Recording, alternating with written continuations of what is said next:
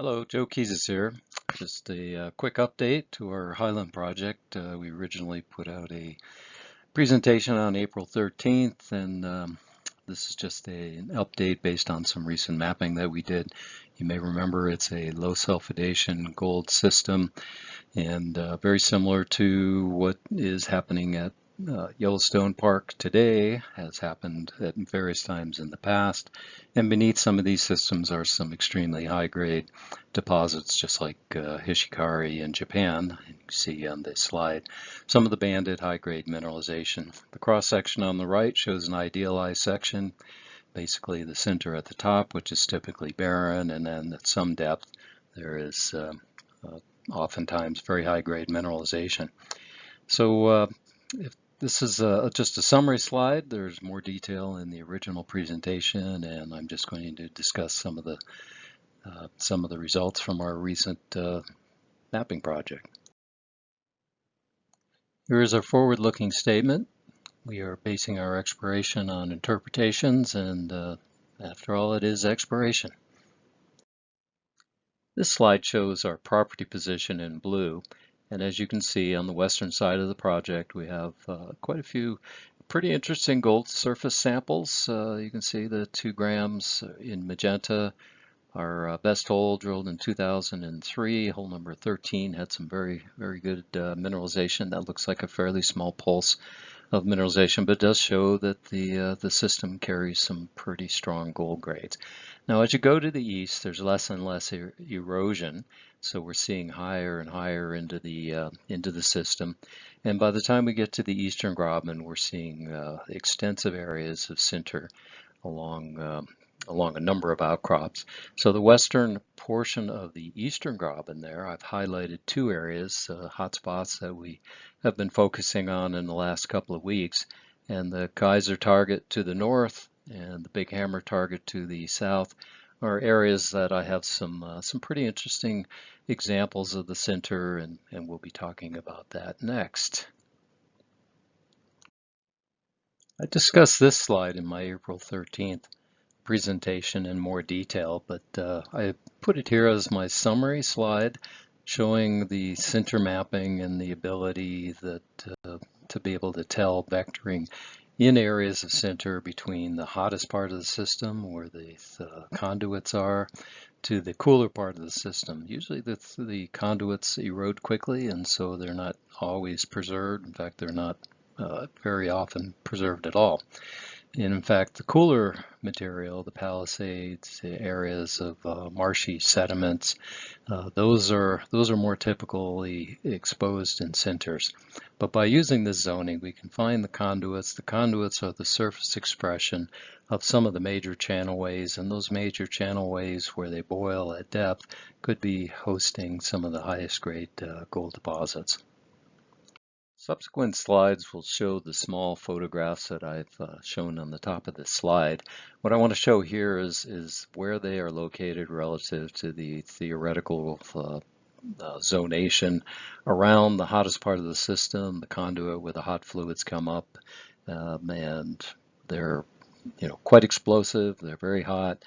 But there are certain creatures that can live in that type of environment, and there are also some textures in the sinter and explosive breccias that occur in these areas. We're interpreting this outcrop as the preserved brecciated conduit, basically the upwelling zone where the hot fluids blew out very forcibly. As you can see, it's strongly brecciated. The fragments are various sizes and angularity that are they're basically sinter blocks, and they're cemented by a siliceous material. So why is this important if we have interpreted this correctly? And that's because that's one of the main channelways for the fluids after they've spent their gold by depositing it at depth. So by following this structure down with geophysics and drilling, it's a pretty good indication that there's significant gold at some level. We're interpreting this outcrop as an explosion breccia, basically either at the base of the sinter material or possibly a small eruptive center. Basically, we see no center in this rock, but it's very strongly silicified material, very chaotic, and indicates maybe proximity to a larger upwelling zone. These sort of cabbage head type algal growths occur very close to the conduit that we've identified.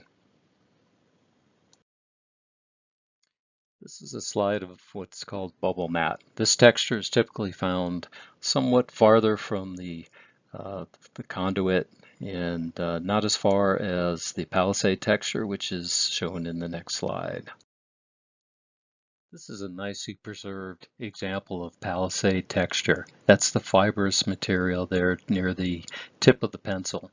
What this indicates is that you are truly at the surface, the paleo surface. This is truly sinter. It's more widely distributed than some of the features that I've shown earlier in the slideshow, and it indicates and distinguishes this as a paleo surface feature as opposed to some groundwater alteration, which can give you a very similar looking rock but without the thermophile textures. This final slide shows the big hammer target. The color there is the CSAMT data represented. The dashed black lines are faults that have been interpreted based on that data. Now there are a number of CSAMT lines across the eastern part of the project, and we've been able to define that graben quite nicely. Part of our mapping, we prospected along those projections, the surface projections of those structures, and identified areas where there were large areas of center associated, particularly that right-hand structure, and also in the area of Big Hammer, a feature that we hadn't recognized elsewhere, and that's steam heated alteration. It's a pretty distinctive type of feature, sort of buggy, Swiss cheese-like, caused by the hot gases that are released from boiling at depth. So that's very, very exciting because, of course, the area of the boiling could be where the majority of the gold is deposited. The red lines that you see crossing from upper right to lower left are proposed drill holes, and our intention is to drill the two easterly ones, the two that are on the right-hand side and in the center. And that's our plan for 2020, probably late August, early September.